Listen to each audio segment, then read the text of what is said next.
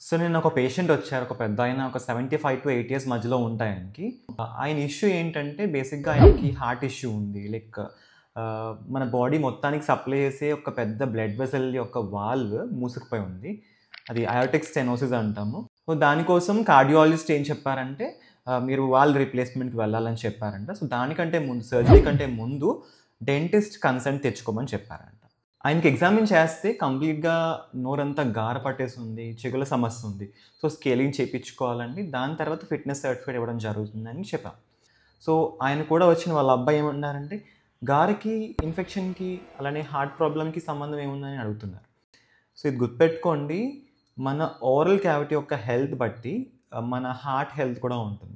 ఎందుకంటే లోపల మన టీత్ కానీ గమ్‌లో ఉండే ఇన్ఫెక్షన్స్ వల్ల ఆ బాక్టీరియా అనేవి బ్లడ్‌లో కలిసి అది ఆ హార్ట్ వాల్వ్స్ దగ్గర కంప్లీట్‌గా ఒక కాలనీస్ ఫార్మ్ చేసి ఇన్ఫెక్షన్‌ని కాజ్ చేస్తాయి.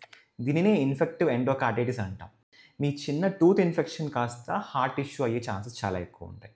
అందుకే కొన్ని సార్లు ఈ డెంటల్ కన్సెంట్ లేకపోవడం వల్ల, ఫిట్‌నెస్ సర్టిఫికేట్ లేకపోవడం వల్ల హార్ట్ సర్జరీస్ పోస్ట్‌పోన్ అయిన ఛాన్సెస్ కూడా చాలా వరకు ఉన్నాయి. మీరు వాల్వ్ రీప్లేస్‌మెంట్ సర్జరీ తర్వాత లేదా హార్ట్ సర్జరీ తర్వాత కూడా మీ ఓరల్ క్యావిటీని అంతే క్లీన్‌గా పెట్టుకోవాలి. ఇన్ కేస్ మీ హైజీన్ బాగోలేకపోయినా సరే, ఏదైనా డెంటల్ ఇష్యూస్ వచ్చి గమ్ ఇన్ఫెక్షన్స్ గానీ, టీత్ ఇన్ఫెక్షన్స్ ఉన్నట్లయితే గనక మళ్ళీ ఈ వాల్వ్ అనేవి పాడయ్యే ఛాన్సెస్ చాలా ఎక్కువుంటాయి. అండ్ ఈవెన్ డెంటిస్ట్ ఏం చేస్తారంటే వాల్వ్ సర్జరీ ట్రీట్మెంట్ అయిన పేషెంట్స్ బ్లడ్ థిన్నర్స్ వాడుతూ ఉంటారు.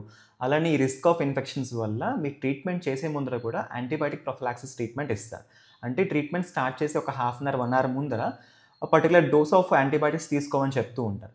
So that me risk of endocarditis అనేది తగ్గించడం జరుగుతుందనమాట. సో హార్ట్ వాల్వ్ రీప్లేస్‌మెంట్ చేయించుకున్న పేషెంట్స్ కంపల్సరీ మీ డెంటిస్ట్‌కి మీ హిస్టరీని రివైల్ చేయండి. దాన్ని బట్టి ట్రీట్మెంట్ ప్లాన్ అనేది ఇవ్వడం జరుగుతుంది. సో అలాగా ఎలాంటి రిస్క్స్ లేకుండా మీ ట్రీట్మెంట్ అనేది సాఫీగా జరుగుతుంది.